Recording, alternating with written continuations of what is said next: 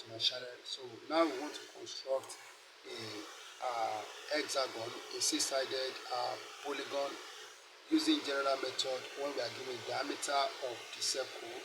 And what I'm trying to explain here is that we can avoid the use of compass to make arcs on the circle because sometimes it does give an error.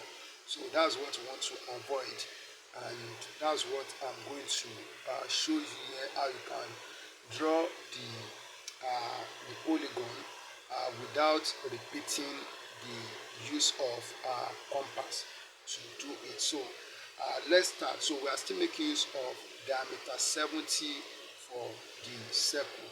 So what we need to do is to take 35 millimeters, which is the radius of the circle. So we take 35 millimeters on our ruler. So this is 35 millimeters with this compass. So I put at this point here on the paper, and I will draw a circle like this. Okay. So now, so with this circle that I've drawn, so we are going to draw horizontal line through the center of the circle. Draw horizontal line through the center of the circle, and then since we are constructing a six-sided polygon, we are going to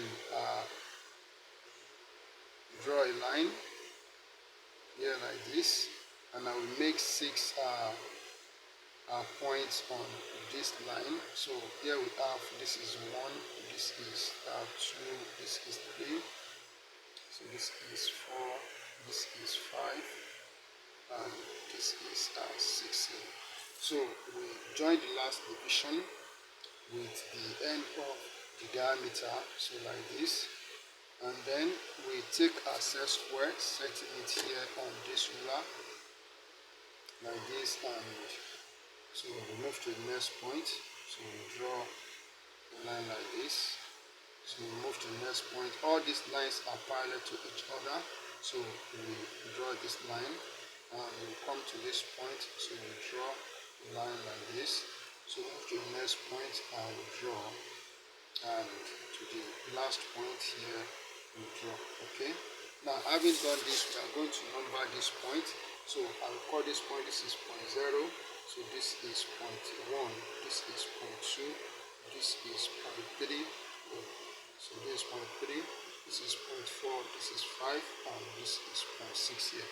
Now, with what we have done here, so the next that I'm going to do is that I will take my compass, putting the dipping point at point O here, and extending to this point 6 here. Okay, so here I will draw an arc up, and I will draw it from this point down.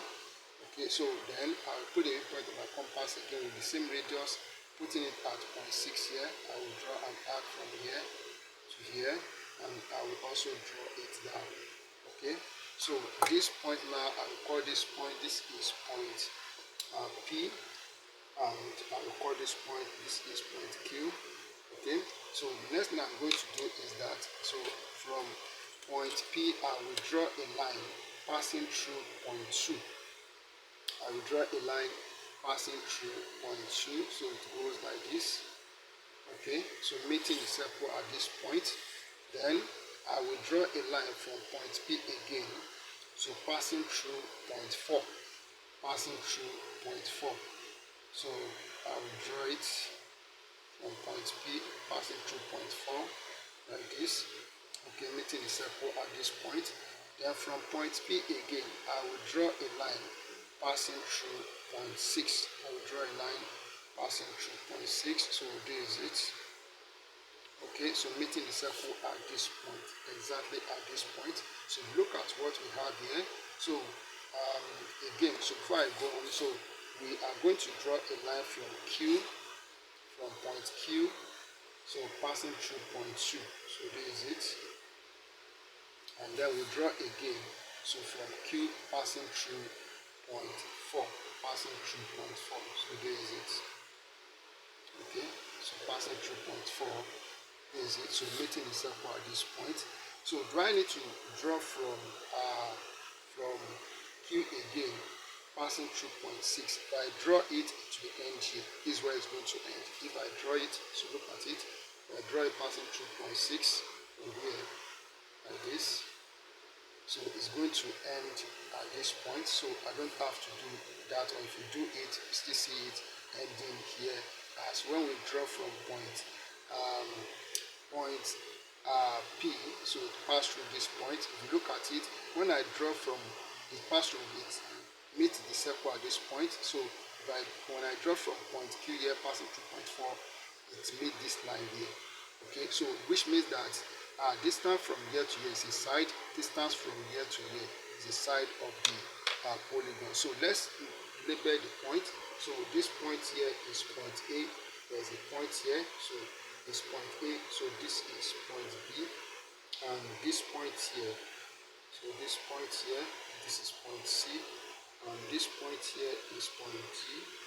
This point here is point E, and this point here is point F. So for C-sided. So when I join together, so just look at it. When I join the point together, so we join A and B together. So then we join B and C together. B and C, we join them together like this. Then we join CD together. We join CD together, and then we join DE together like this. Okay. Then we join EF together. EF, we join them together like this, and then we join FA together. So FA, we join them together like this. So it gives us a C-sided polygon. So this method is better than using the axe repeatedly. And I'm not saying the other method is not okay. So it's okay. So you can use it, and you can also use this method, but I prefer using this method. Thank you, and let's meet on that of the self-sided polygon. God bless you.